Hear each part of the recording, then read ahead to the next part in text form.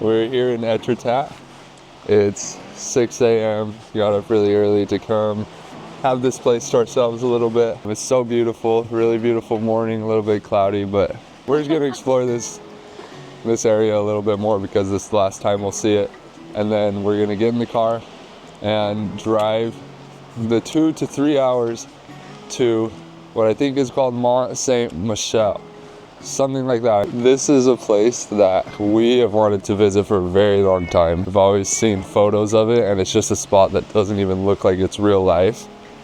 It looks like it's something out of a movie. Fairytale. It looks like the opening credits to Disney movies. It seriously does. It looks amazing, so we're really excited to do that. We're gonna spend 2 nights over there, so we should be able to see it quite a bit. So we'll take our opportunity to go explore a little bit.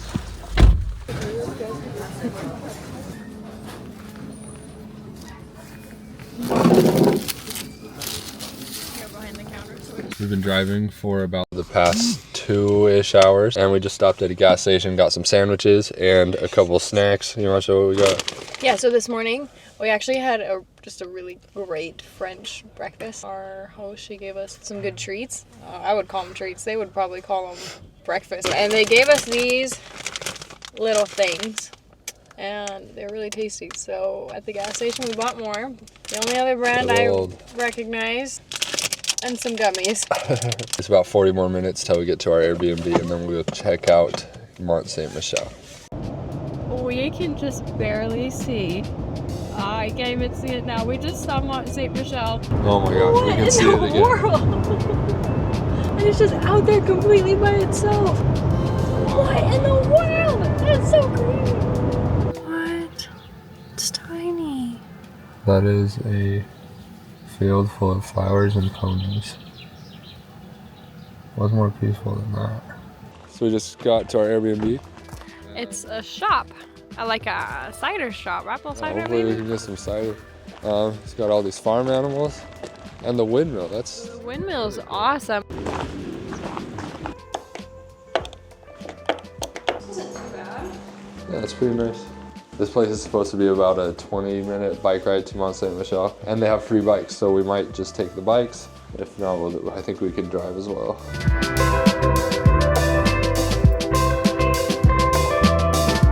Just on the bus, supposed to take us to Mont St-Michel, and we still really don't know what to expect because we haven't seen it up close yet, only from super far away. So I'm really excited right now.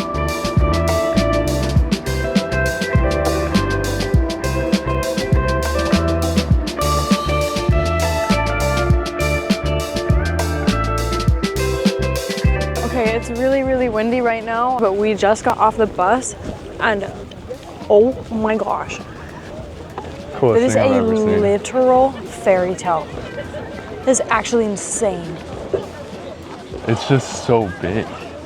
It looks so much bigger than massive. The pictures. We were reading something online about how the castle in Tangled, like the Disney movie Tangled, was inspired from this. Insert photo. And also Gondor from Lord of the Rings was supposedly inspired by this castle as well. The thing I keep thinking with this place is just that it doesn't feel real. It just doesn't even make sense how something like this can exist.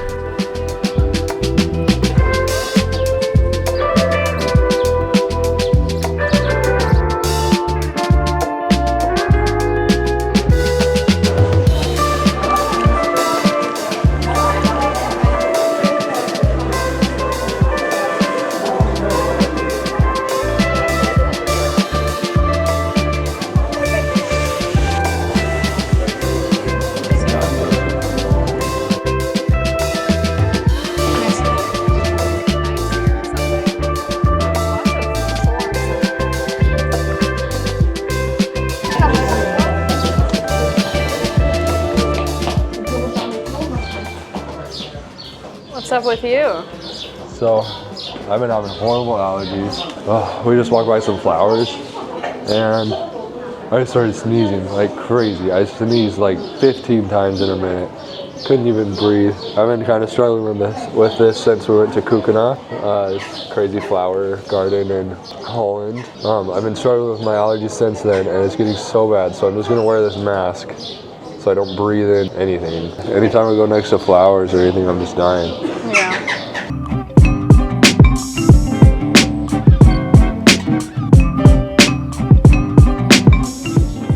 What I read is that Saint Michael built this place to escape from Satan. I think what this story is Saint Michael came to somebody in a dream and told him to build a church in a little village here and dedicate it to him. That's what I read. We're gonna let you know tomorrow what the real story is, because we both have different ones. I've read multiple times that it had to do with Satan, so we'll see. But they do have this little.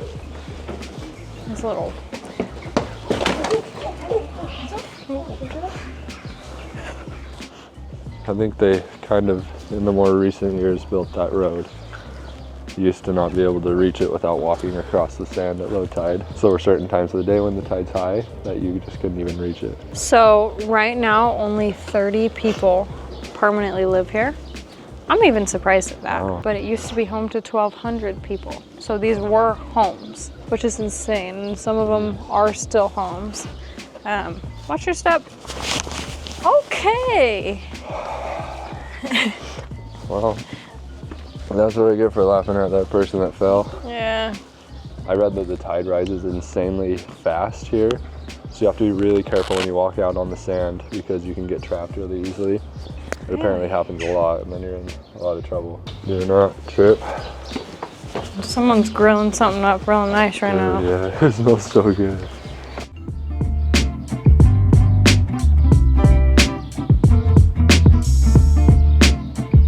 It's crazy how it was so busy on the main street, but now we've been kind of walking on the roads outside of the main street, and we've literally had it all to ourselves pretty much the whole time.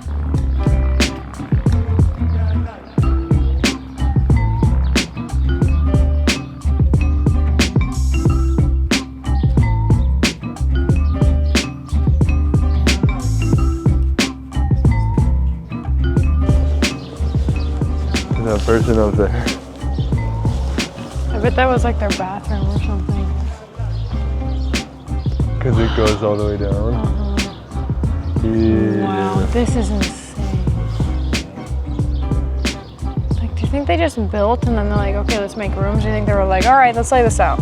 I want an office and you want an office. Dude, seriously. I want a room to torture people.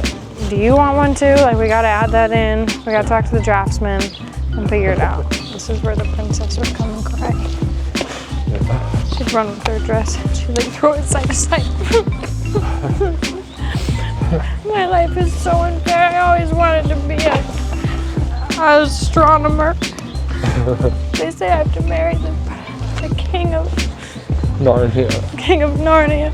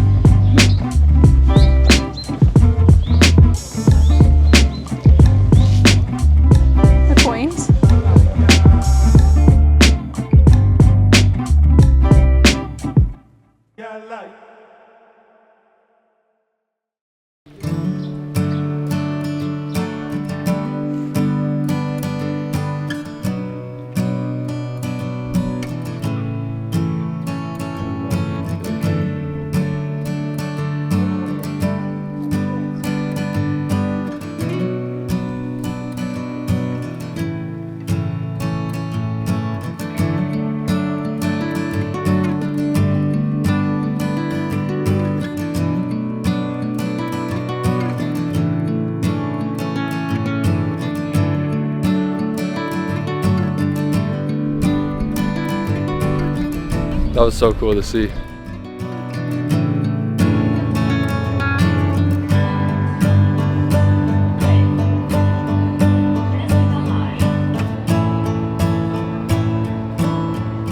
So So we just went and got some amazing pizza in town. Yeah, we didn't vlog. It was we had a hard time finding something to eat, but we found something that was so good. But now, oh my goodness. Now it's about to be sunset and we're going to a famous spot that looks so cool. I'm so excited to try to get some photos right here. We'll see how it goes.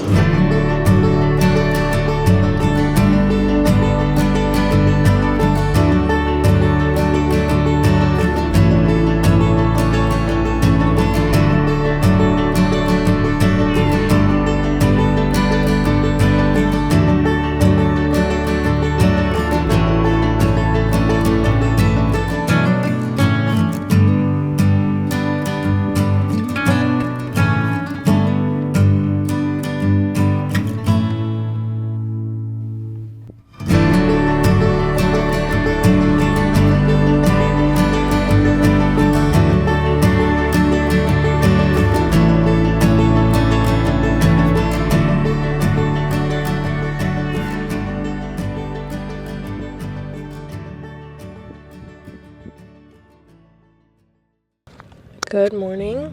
It is 10 a.m. But today the plan is to go visit some of the D-Day beaches, the American Memorial. I'm super excited for today. I've been looking forward to this for a long time. Something that's really cool is that D-Day is in 9 or 10 days and it's the 80th anniversary. And it's so stinking cool that we're able to be in Normandy and be on the D-Day beaches right before they fly out all the, the last of the World War II veterans. And I just feel so blessed to be able to be here and to be able to go see that. We're going to try to spend all day over there because it's honestly an all-day thing. I'm super excited. So first stop of the day is the Omaha Beach Monument. This place really hits you. Omaha Beach was one of the main landing sites on D-Day, and being here makes you truly appreciate the bravery of those who fought. Just imagining being dropped off here by a boat, running up this beach with bullets flying by, it's terrifying. In the end, thousands of soldiers lost their lives in the span of only a few hours. These people made the ultimate sacrifice, showing courage that's hard to even fathom. One thing about this area that really stood out to us was how the town next to Omaha Beach still flies American, Canadian, and British flags. It's kind of surreal to see American flags waving in a small French town. It's a reminder of the lasting impact of what really happened here. I am getting just the most eerie feeling here. To be somewhere where so much has happened. I don't know, it just feels so surreal. So surreal to be here right before the 80th anniversary. Yeah, the veterans that are part of the D-Day landings, the ones who survived, they fly them out on these anniversaries. I kind of wish that we could be here a few days later to be able to experience that and see some of those veterans being able to be here, because there's some of them who, this will be their first time ever being back here. And so being able to have their stories, listen to their stories, allow them to experience these things for the last time, I think is just the most precious thing that anyone could do, and to show their appreciation for these veterans.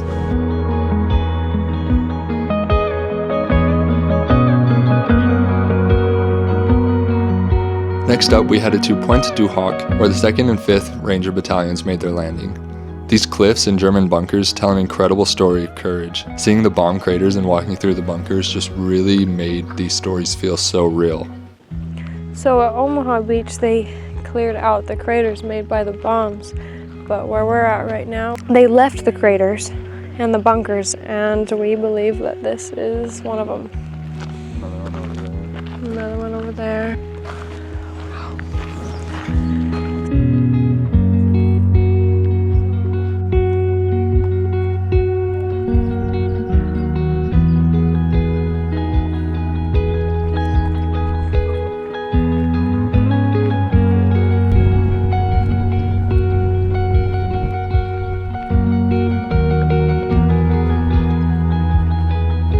So what happened up in this spot, this was where the Germans had a really fortified base with really big guns that were very powerful and dangerous. The Allies knew about this, so they tasked a group of the Army Rangers. Their job was to come and climb up these steep cliffs. They're so high. Their job was to throw ropes up, throw ladders up, and to climb up these cliffs and to come take out these guns, because it has a direct view to Utah Beach and Omaha Beach. These guns were going to be very, very deadly to the troops down on the beaches. So the Rangers, they get to the bottom of the cliffs and they start climbing. I just saw a quote on one of those plaques that said, as soon as one Ranger would fall, another would take its place, and then another and another. They were just like fully dedicated, all giving their lives because they knew that the goal of getting up here was so important. Once they actually got up here, they found that the guns were gone. The Germans knew they were probably coming to take the guns, so they started moving inland and eventually found the guns hidden and they destroyed them.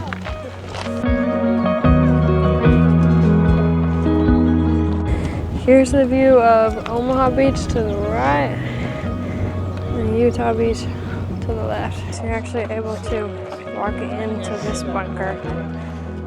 Gosh, I just can't even describe this right now. It is crazy.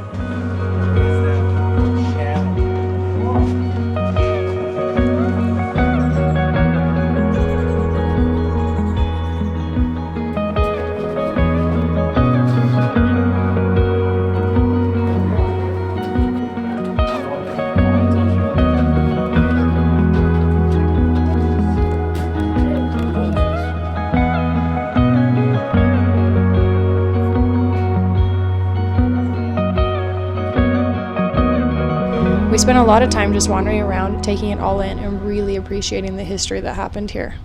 After grabbing some lunch in the town, we made our way to the American Cemetery. Okay, so we just arrived at the American Cemetery. Gosh, it is just so surreal. The 80th anniversary and the 2024 Paris Olympics happened to fall just only a few months apart. We just read a couple signs. It talked about the different Olympic athletes who served in World War II and lost their lives, and a couple of them are buried here.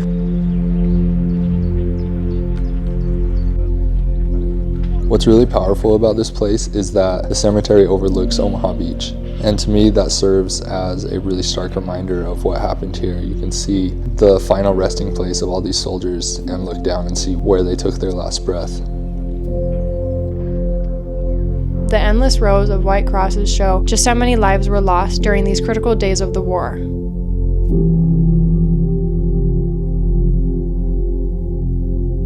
One of the most moving moments was when they lowered the flag right before a rainstorm and played taps. That song, combined with the setting, really made us reflect on the sacrifices made here.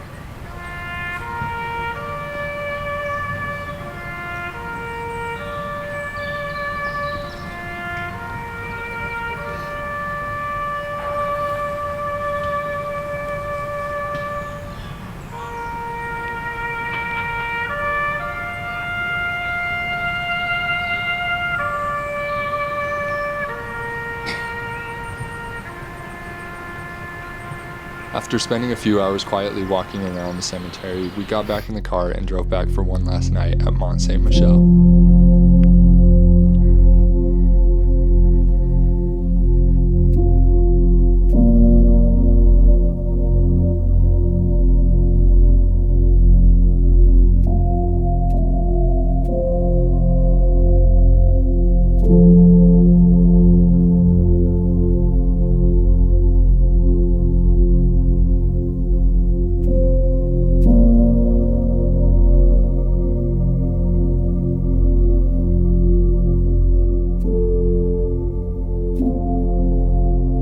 These past few days have been incredible. The island of Mont St-Michel feels almost otherworldly. Learning about the history of Normandy has been just amazing. It's been some of the best days of our trip so far. We're so happy that we came here. We would recommend this to anybody who ever has the opportunity to come to France.